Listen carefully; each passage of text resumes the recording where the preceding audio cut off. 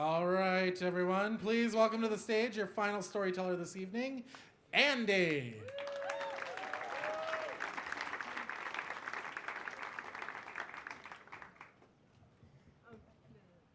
One of the most stressful things about traveling through Europe is finding the place you're going to sleep.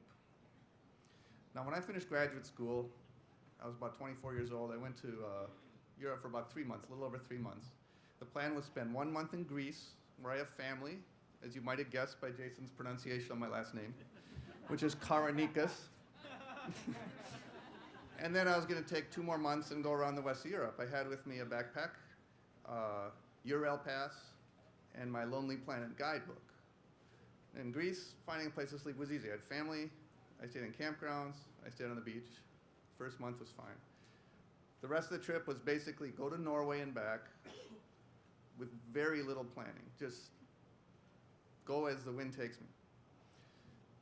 I found, usually you stay in a hostel.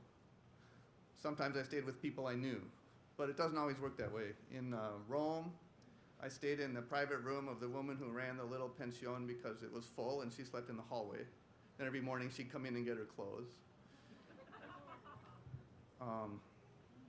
Let's see, I slept in a train station in Lucerne, Switzerland, because nothing else was available. In Czechoslovakia, in a town called Českobudějovice, I stayed with a guy I met at the bus stop and basically followed him home. We talked a little bit. And we got there, and he said to his mom, he said, "Hey, an American followed me home from the bus stop. Can we keep him?" And I don't speak Czech. I'm not sure that's what he said. But anyway, at the end of my trip, my last stop before going back to Athens to catch a flight home and everything was in Budapest, Hungary. And like I said, I had the Lonely Planet guidebook, and my habit was when I get to a place, I'd rip out the little pages and put them in my pocket because I didn't want to look like a tourist. And I'd go, it says right there in the Lonely Planet guidebook, when you get to certain places, Budapest is one of them, there are people that will come and meet you at the train station and offer you places to stay, like private accommodations, and their friends or their own place or whatever. And it's completely legitimate. I did it in Prague. It worked out. Let's do it again. So I get off the train at like 3 p.m. on a Friday. It's late October, beautiful weather.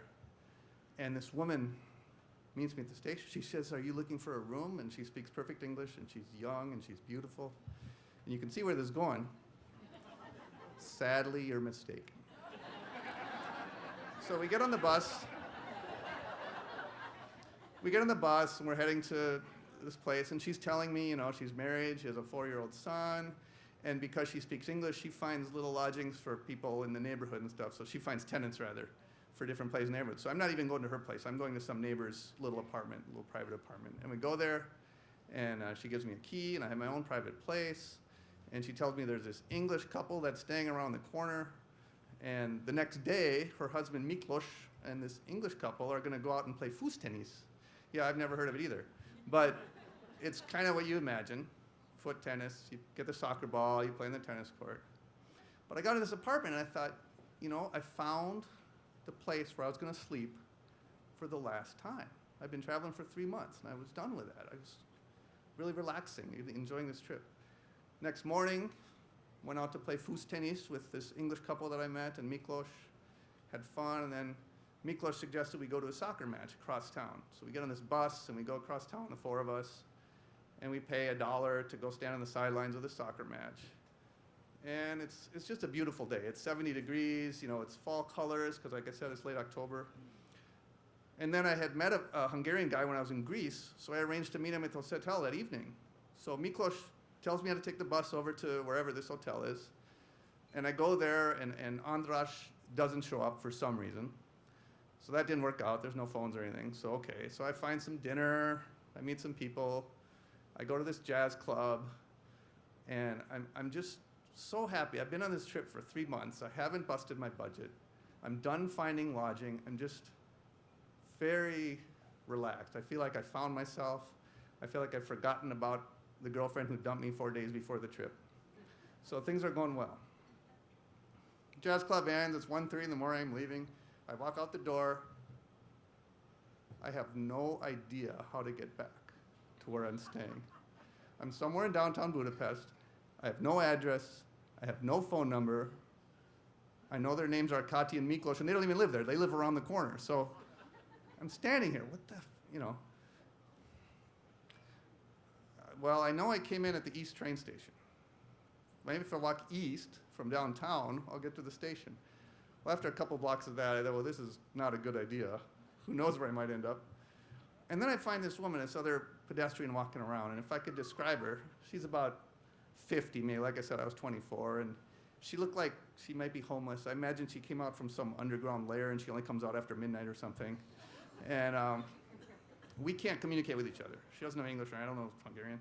But I realized in my back pocket, I have my Lonely Planet thing, and there's a page in there. It says, you know, there's a reference to the East train station in Hungarian. So I pull it out and I show it to her. She's like, oh, come. So we go around the corner into this big street, and she flags down a taxi. She talks to the taxi driver.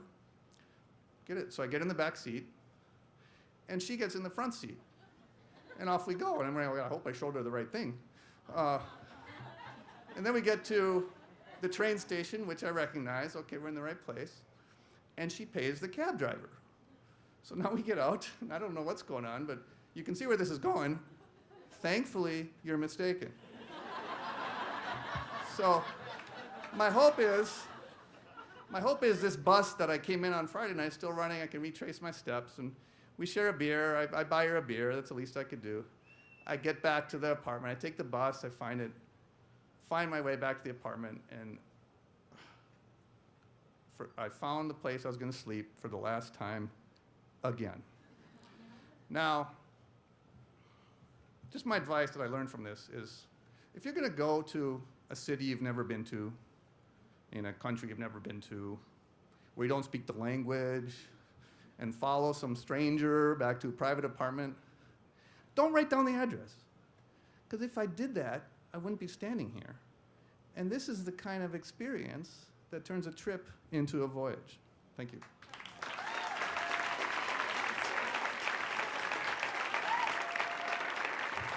All right. Give it up for Andy, everyone. Okay, storytellers that put your name in the hat that didn't get picked, do you want to tell the first line of your story? If so, come on over here and just line up right over here by the stairs. Come on, come on, come on. It'll be fun. Give us that killer opening line that will make us regret not hearing your story for the rest of our lives. We want to be haunted by this. Awesome. Look at everyone lining up. Fantastic. Okay, judges, you're getting your scores, right? You're getting them together? Okay. Just real quickly, a couple of announcements before we get the final score, and then we'll do this, and then we'll do a little more stuff. Did you guys know there's a Moth podcast? Yeah, there is. It's pretty awesome.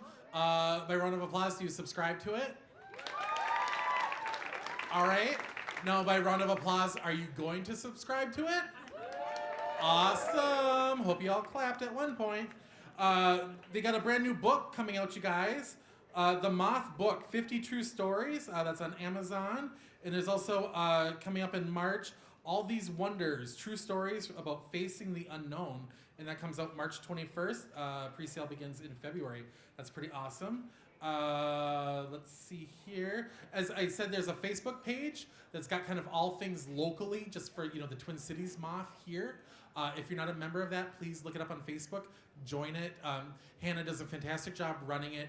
She just kind of keeps things appropriate about what should be on there. She doesn't spam it. It's not like a billion posts a day about cat pictures or anything like that. It's just all locally Moth related material. So join that. And are we ready for the scores? All right, let's start with We Love Port. 9.5. All right. Bilbo Baggins. 9.3. And Middle Age Explorers. 9.3. All right. Well, Hannah tallies up our final score for the winner this evening. Yay. We're going to invite everyone up to the stage. Just come on up, give us your name and the first line from your story. All right? Come on up.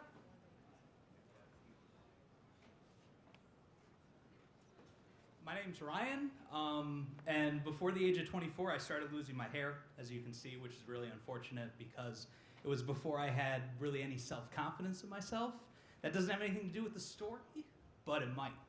So, there you go.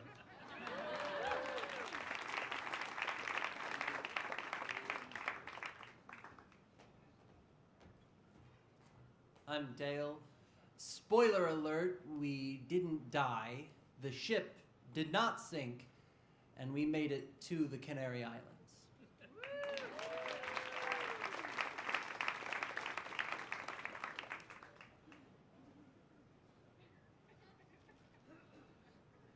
My name is Phil. In filling out my release form for the Moth tonight, I was reminded I'm a white man.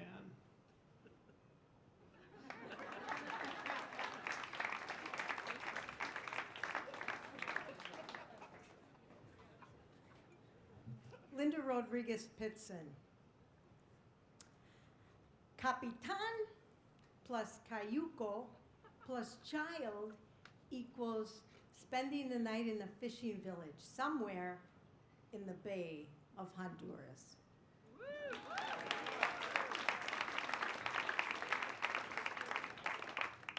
My name is Emily. Equipped with 5 months of Slovak and high school German, my best friend and I were off on an adventure in Prague where they speak neither.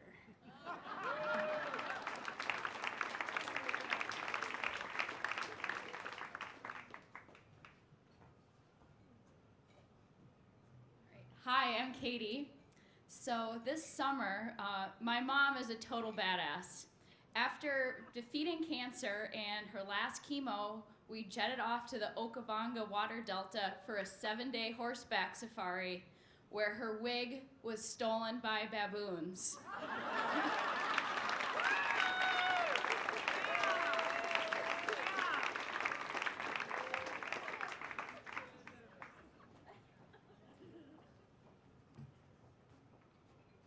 I'm Patrick.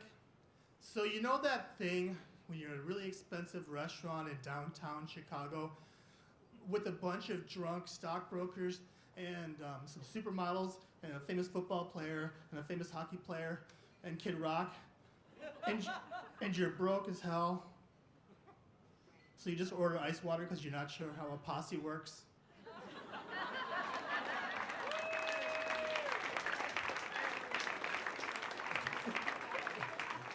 Oh my God. Like, it was like an incredible show, and then we just thought it could have been an incredible show all over again. Like, amazing job, storytellers. Give yourselves a round of applause. I look forward to hearing all those stories in the parking lot. All right, you guys, the next Story Slam will be Wednesday, February 22nd. The theme, Love Hurts. Aww. Okay, so, or does it? It does, it sucks. Okay, The Moth airs weekly on NPR News, 91.1 FM in the Twin Cities at 10 p.m. Sundays. Tune in.